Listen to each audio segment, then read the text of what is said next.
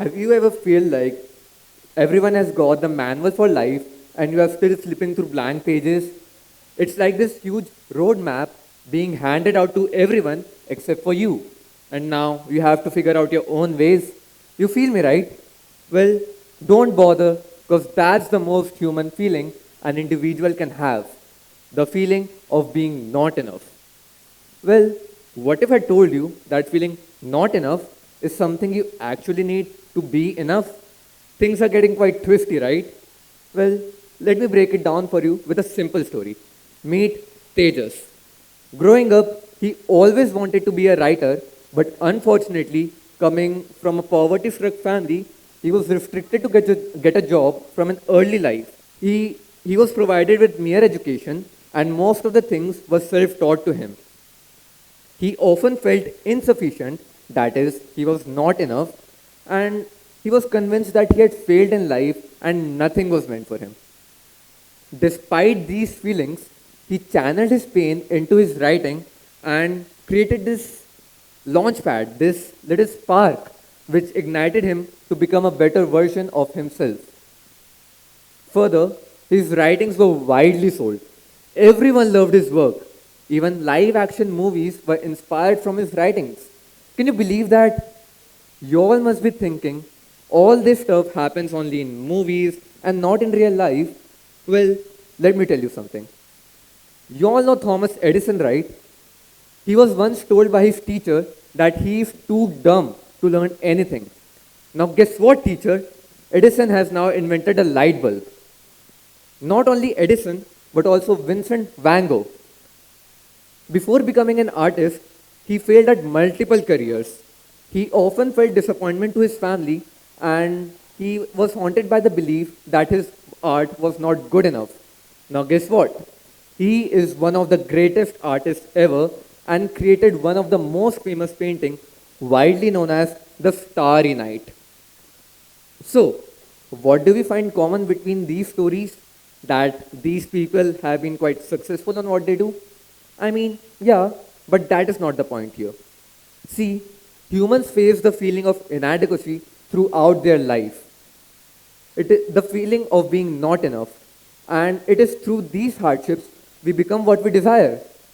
And who knows, what if inadequacy is not a weakness but a doorway to something far greater? Friends, friends, friends. Inadequacy is not something to be feared. It is a natural part of being human. It is something to be embraced.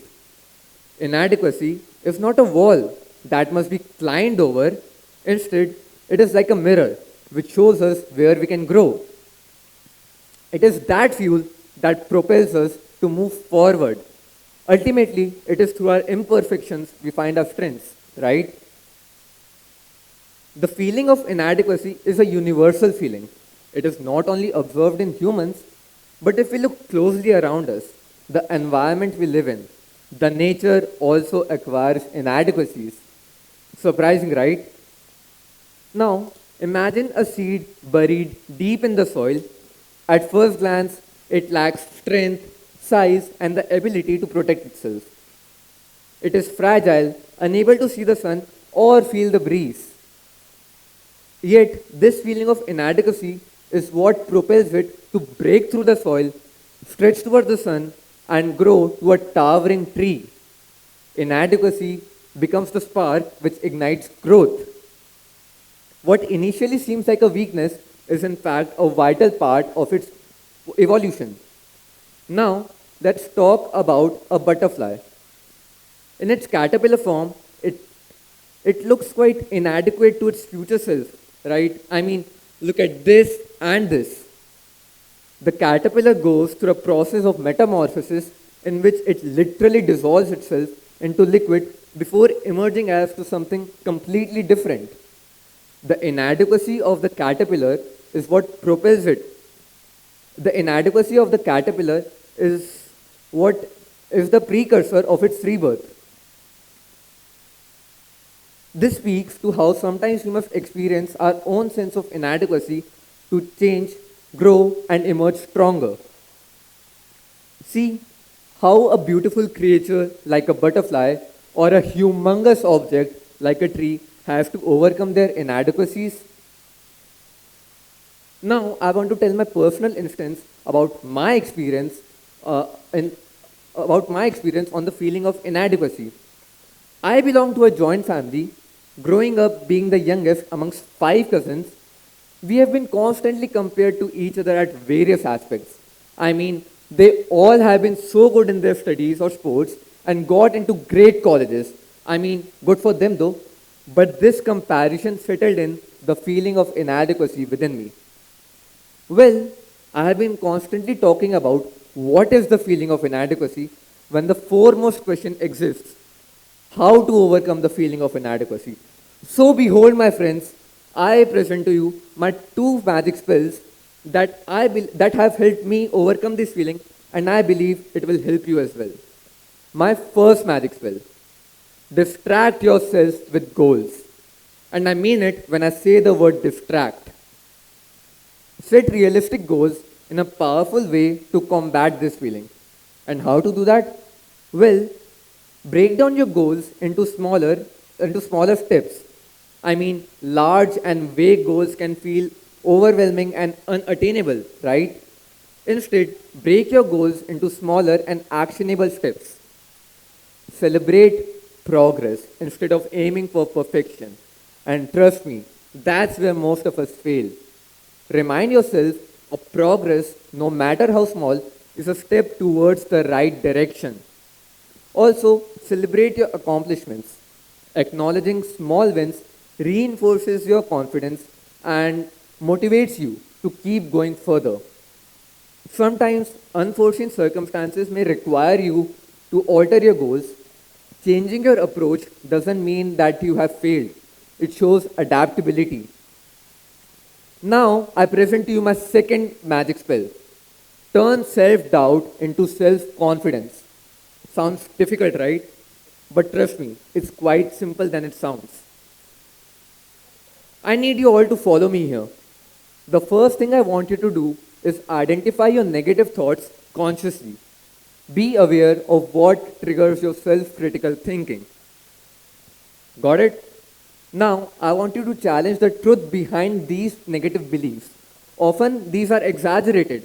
I mean, there's a lie in every belief. Once you have found the root cause behind these thoughts, I want you to ask yourself, is this thought based on facts or assumptions? Because most of the things we stress about are just mere assumptions. Now that you have found that a thought is irrational, I want you to replace it with a balanced and powerful statement. Let me give you an example. I am terrible at solving maths. Sounds a bit negative, right? Now closely listen to this. I might struggle in solving maths right now, but with practice and preparation, I can do better. Notice the difference. This shift in perspective changes the way you do a simple task like solving maths. Hush, I'm feeling quite generous today. So, here I present to you my third and the last spell. And I swear to you, this is the last one. Trust the process. My dear friends, sometimes things won't make sense to what you are doing right now, but trust me, eventually it will all make sense. As Steve Jobs once said, you have to trust that the dots will connect somehow. Just trust the process and never lose hope. As great minds have said, it takes great perseverance to achieve one's goal.